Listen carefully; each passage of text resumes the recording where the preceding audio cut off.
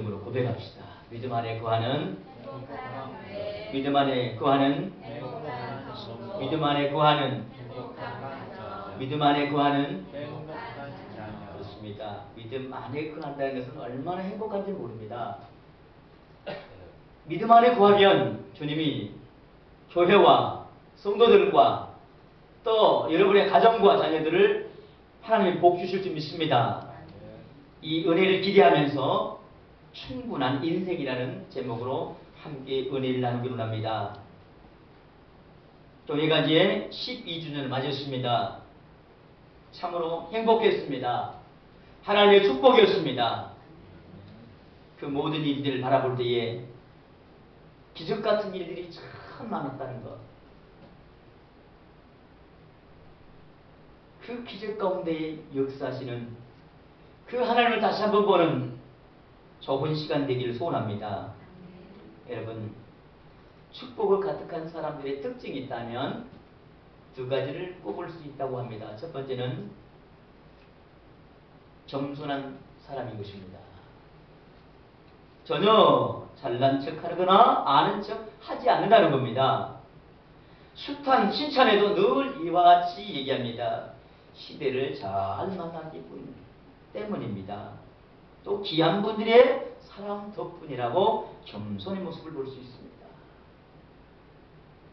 한없이 겸손한 모습, 이것이 바로 축복으로 가득한 사람들의 특징이 아닌가 생각해 봅니다.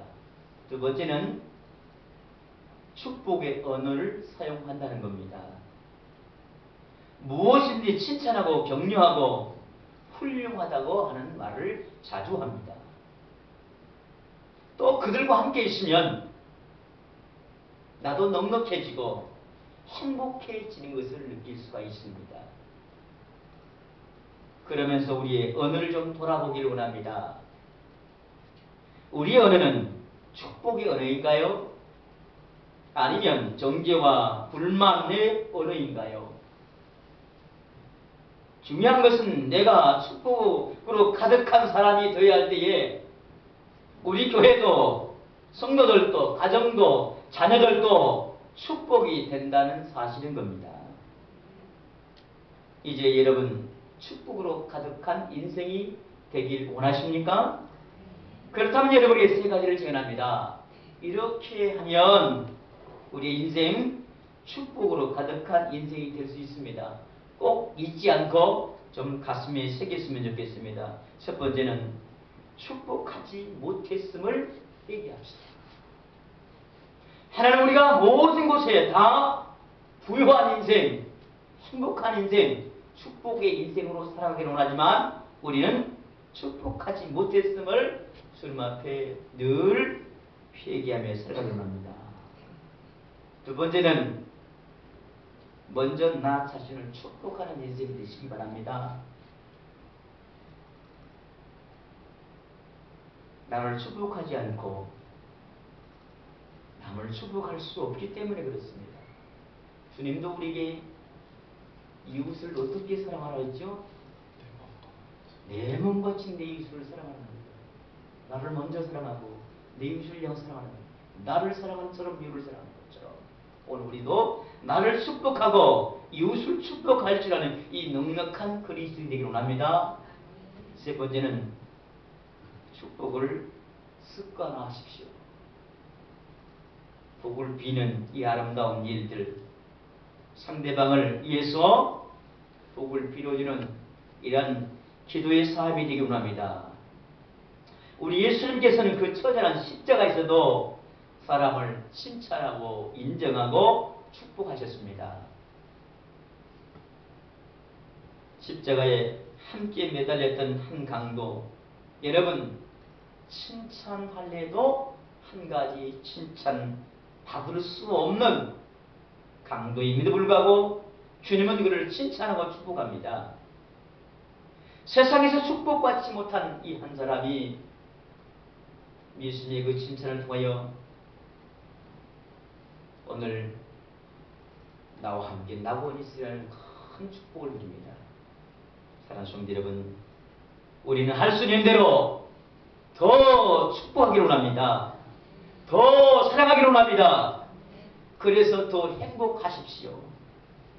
바라기는 우리의 축복을 통해서 세상에 승리의 노래가 불려지는 더 많이 누리는 여러분의 가정과 여러분의 사업과 직장과 자녀가 되기를 주님을 축원합니다.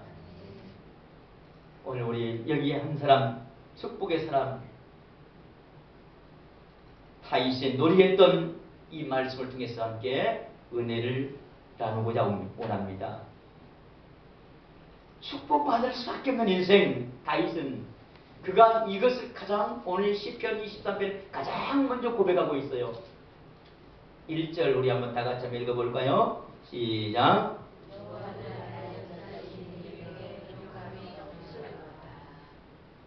모든 하나님의 말씀이 그렇지만 특별히 시편 23편은 웅장한 산과 같습니다. 깊은 광명과 같고요. 끝없이 펼쳐지는 온시름과 같고 들어가면 들어갈수록 더 신비스럽고 은혜가 더한 것을 느낄 수가 있어요. 그래서 많은 사람들이 사랑하고 암송하고 이 말씀을 좋아합니다. 이 시편은 그 무엇보다도 하나님을 향한 다윗의 신앙의 고백으로 시작하고 있습니다. 그 첫 이렇게 시작하지요. 여호와는 나의 목자시니. 이 얘기는 나는 주님의 양입니다라는 분이 붙겠지요. 그런데 여러분 어떻습니까? 양은 생각 밖으로 양은 굉장히 고집이 세요. 마음대로 대열에서 이탈하기도 하고요.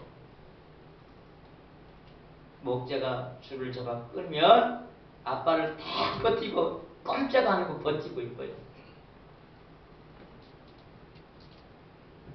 그러면 그냥 혼자 잘 서시면 내둬버리면 어떡해요? 다른 짐승에 비해서 또 약해요. 염소와 함께 키우면 염소가 막 들이받는 건 누구예요? 양이라는 겁니다. 다른 짐승이 허약하기 때문에 유독 목자의 돌봄이 필요한 동물인 것입니다. 그럼에도 불구하고 유독 고집스럽게 목자를 향하여 고집을 피우는 동물 또 누구예요? 양이라는 것입니다. 그래서 이사야 선지자는 참 아주 탁월한 비유를 이렇게 들고 있어요. 이사야 53장 6절에 우리는 다 양 같아서 그릇 행하여 각기 제 길로 갔거늘. 목자 앞에서는 제 고집대로 살다가 세상 앞에는 벌벌 떠는 것이 두려워하는 것이 오늘 우리 양의 모습은 아닌가 생각해 봅니다. 그럼에도 우리는 은혜로 이렇게 고백할 수 있습니다. 다시 한번 1절 한번 읽어봅시다. 시작.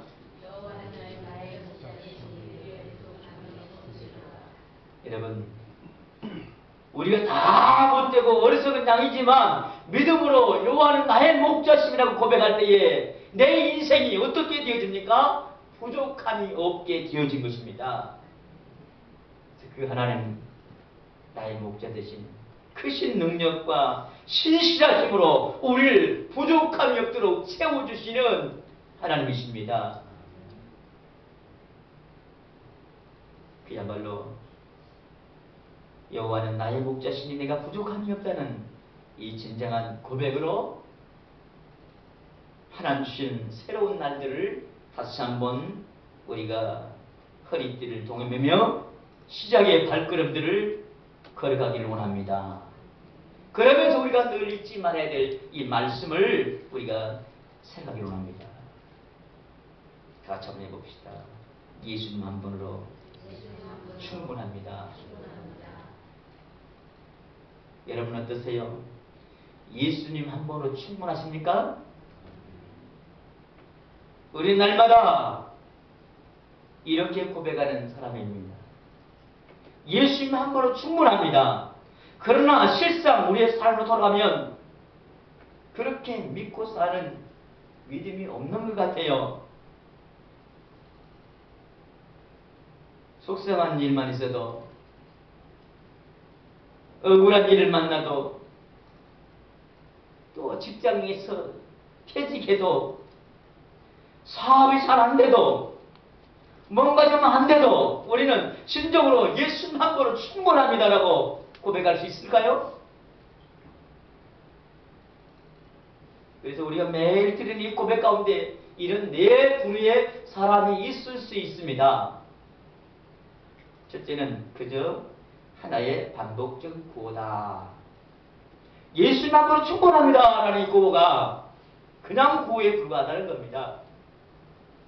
두 번째 사람은 그렇게 되기를 소망하는 기대다라고 생각하는 겁니다.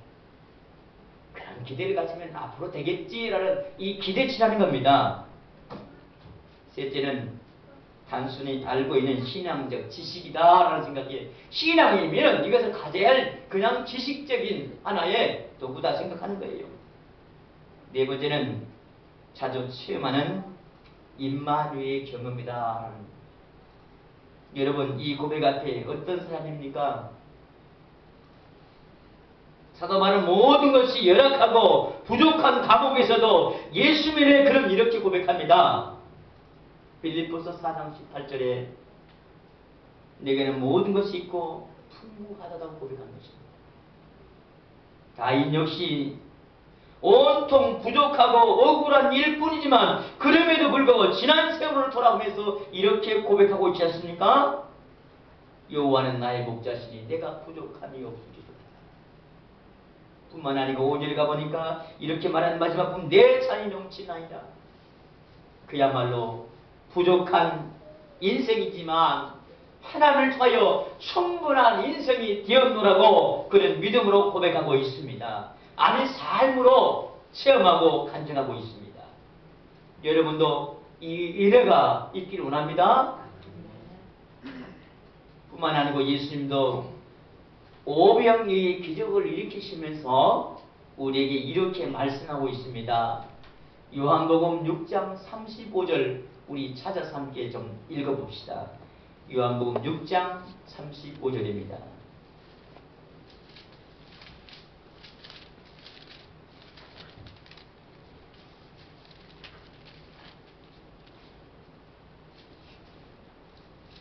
다 같이 한번 읽을까요? 시작.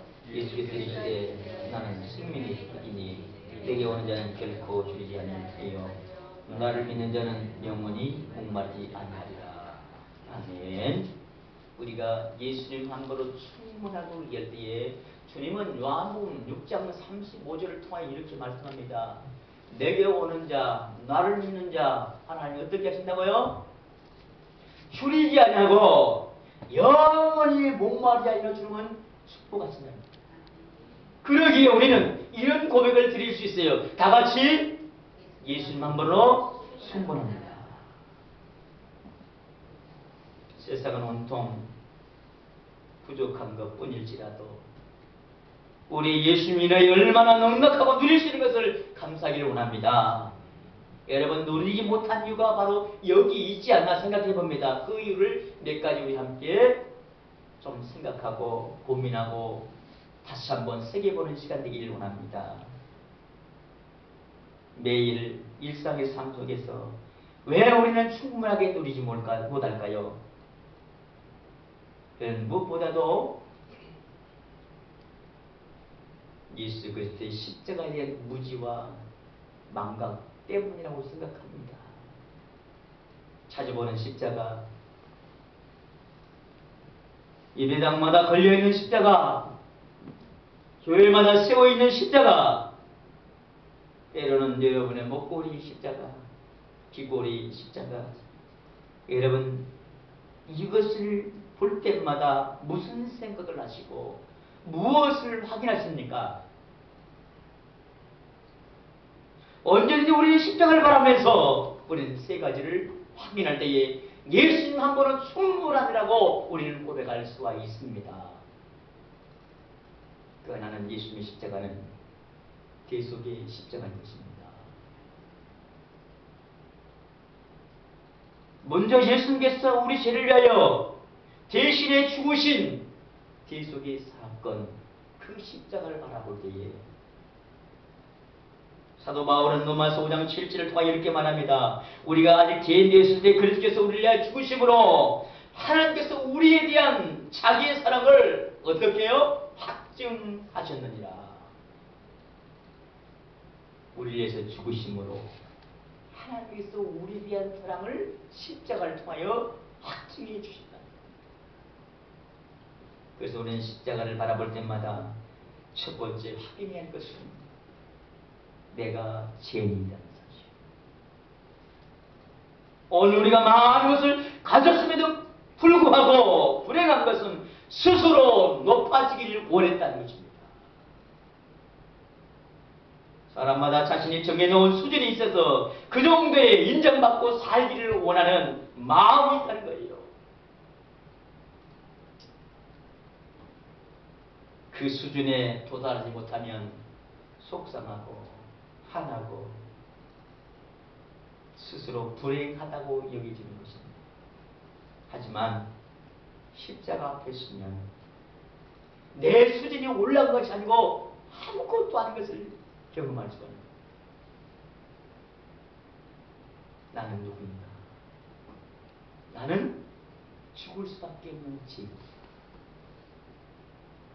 나는 아무것도 아니다. 한없이 비참한 사람이다. 십자가 은혜로 내가 살아가는 존재다. 라는 이 은혜로 쓰임받은 존재이기에 감사하지 않을 수 없다. 우리는 이 십자가를 바라보면서 모든 것이 감사하고 모든 것이 만족이고 모든 것이 행복이 되어질 줄 믿습니다.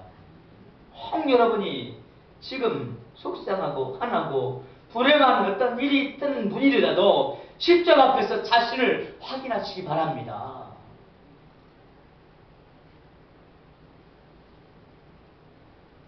둘째는 이 십자가는 자신이 자아가 죽는 십자가입니다. 십자가는 대속의 십자가일 뿐만 아니고 십자가와 함께 내가 죽어야 될 사건의 권리가 없습니다. 바울은 로마서 6장 11절을 통해 이렇게 말합니다. 이와 같이 너희도 너희 자신을 대해대어 죽은 자요 그리스도 예수 안에서 살아있는 자로 여길지어라고 말씀하고 있습니다. 우리가 십자가 앞에서 죄임을 인식하더라도 문제는 여전히 쉽게 어떻게 해요? 화나고 속상하고 욕하고 탐욕적이고 충동적인 존재라는 것입니다. 그럴 때마다 우리는 십자가 앞에서 나는 죽었다고 확인하고 선언하고 나는 오직 주님만 바라보는 삶이 되길 원합니다. 살다가 이런 마음이 들면 우리의 인생 어떻게 되어야 하는가? 여러분 두 가지 마음이 들 거예요. 이 두 가지 마음이 들면 십자가를 바라보시기 바랍니다. 첫 번째는요. 남들이 부러운 마음이 생깁니다. 이것은 바로 누구와의 비교의식을 가진다. 그러다 보니까 나의 그 열등감을 느끼고 그 우월감 때문에 나도 모르게 속상하고 부러워진다. 그래서 여러분 이로 인해서 내가 얼마나 불행한 존재인가를 느끼며 살아간다는 거예요. 사랑하는 성도 여러분, 남에 대해서 부러운 마음이 생기면 이미 나는 지는 사람이에요. 그럴 때마다 승리자가 되기 위해서 어떻게 해야 돼요? 십자가를 바라보는 거예요. 할렐루야. 뿐만 아니고요. 두려운 마음이 있을 때도 내가 지는 겁니다. 미래 불확실 속에서 내 마음속에 근심, 두려움, 염려가 가득 찰 수 있어요. 이미 내 인생은 그때부터 끝이 나는 겁니다. 두려운 마음으로 할 수 있는 일은 아무도 없습니다. 되는 일도 없고요. 그래서 이런 약한 마음이 들 때 얼른 우리는 뭘 바라봐야 돼요? 십자가를 바라봐야 돼요. 십자가로 고백하시기 바랍니다. 나는 이미 십자가로 죽었다. 십자가를 통해서 확인하면 우리의 삶이 이루를 받을 수 있고 실심을 얻을 수 있습니다. 마지막입니다. 이 십자가는 하나님이 함께 하시는 십자가인 것입니다. 내가 십자가 함께 자가 죽고 선언할 때 이미 내 안에 예수님이 살아계신 것입니다. 우리가 암송하는 갈라디아 2장 20절 말씀입니다. 내가 그리스도와 함께 십자가에 못 박혔나니 이제 내가 산 것이 아니요 오직 내 안에 그리스도께서 사신 것이라. 이제 내가 육체 가운데 사는 것은 나를 사랑하사 나를 위하여 자기 자신을 버리신 하나님의 아들을 믿는 믿음 안에서 다같이 산 것이라. 그렇습니다. 주님이 나와 함께 하십니다. 나와 함께 하십니다. 임마누엘 되십니다. 이 십자가는 내가 너와 함께 하리라는 하나님의 약속인 것입니다. 이제 십자가를 바라보시기 바랍니다. 내 안에 계신 그 예수 그리스도를 체험하시기 바랍니다. 이럴 때 우리는 수많은 어려움 속에서 극복할 수 있고 하나님의 인도와 평강을 누릴 수 있음을 확신합니다. 사랑하는 여러분, 진정으로 다시 묻습니다. 예수님 한 번으로 충분하십니까? 이것은 단순한 구호도 아닙니다. 막연한 기대도 아닙니다. 신앙적 지식도 아닙니다. 우리가 늘상 누려야 진정한 주님의 능력이요 축복인 것입니다. 우리가 아무리 하나님의 일을 한다고 하지만 날마다 십자가를 확인하지 않는다면 어느새 나는 남과 비교하게 되어 있습니다. 불평분만이 쏟아지게 되어 있습니다. 내 능력으로 뭔가 하나님을 못 모르고 있다는 사실이에요. 그러나 그것은 신앙도 아닙니다. 하나님의 일은 더욱 아닐 것입니다. 그럴 때마다 우리는 얼른 뭘 확인해야 돼요? 십자가를 확인하시기 바랍니다. 그러면 어느덧 내 안에 예수님께서 이렇게 말씀하실 거예요. 아니 우리에게 입으로 이렇게 고백하도록 말씀하실 것입니다. 우리 한번 다 같이 해봅시다. 되네? 됐네? 하나님 이 고백이 우리에게 이렇게 하실 겁니다. 십자가를 바라보면 나도 모르게 미안해. 나의 모든 인생의 고민과 염려가 해결됐네. 이거 할 수 있네 라고 주님이 내 안에 이런 고백의 간증이 되도록 역사하실 것입니다. 이 놀라운 고백들이 우리의 모든 삶 속에 날마다 쏟아지기를 원합니다. 이 축복이 가득하기를 원합니다. 부족한 삶 속에서 넉넉한 은혜로 충만해지기를 원합니다. 할렐루야. 이제 일주일 동안 살면서 우리 인생을 살면서 꼭 이 단어를 잊지 않기를 합니다. 우리끼리는요 예수님 한 번 충분합니다. 충분하게 서로 소통이 돼요. 그러나 예수 믿지 않는 저들에게 예수님 한 번 충분합니다 말하면 뭐라 그래요? 네가 잘못해. 자기 상관없다니까. 우리는 이럴 때에 이렇게 굽어봅시다. 되네. 됐네. 그 사람들 기가 쫄고 잘 거예요. 저것도 무슨 얘기야? 설명하십시오. 내가 예수 그리스도를 바라보고 예수님 네 안에 계시니까 내 인생 되더라는 겁니다. 내 인생 될 수밖에 없었더라고 고백하십시오. 사랑하는 성도 여러분, 그래서 우리 입술 가운데 꼭 잊지 않도록 합니다. 글자로 3개고요. 단어로 2개입니다. 감탄합니다. 됐네? 되네? 단어가 2개예요? 쉽지요? 꼭 매 순간마다 이렇게 고백하십시오. 그러나 뒤에는 뭐가 있어야 돼요? 전제가요? 예수님만으로 충분합니다. 예수님이 되게 하셨습니다. 예수님이 역사하셨습니다. 라는 전제까지 해야 되건 믿음으로 해야 되는 거예요. 그냥 내 의지와 내 지식과 경험으로 됐네 라는 고백은 아무 의미가 없어요. 주님이 되게 하셨고 주님이 일을 이루어 주신다는 이 확신의 믿음을 가지고 우리가 고백하기를 원합니다. 여러분 좀 이제 뭔가 용기가 생기세요? 할 수 있다는 자신감이 생기세요? 그럼 주님 앞에 이 시간 결단의 기도를 드립시다. 충분한 인생 예수 안에 있을 때 가능합니다. 이런 충분한 인생으로 살아가기 원한다면 두 손 가슴에 얹고 기도합시다. 하나님은 여러분을 만져주실 것입니다. 여러분의 필요를 채워주실 것입니다. 여러분 혹시 몸 아픔이 있다면 여러분의 몸 아픔 그 부분을 손 얹고 기도하십시오.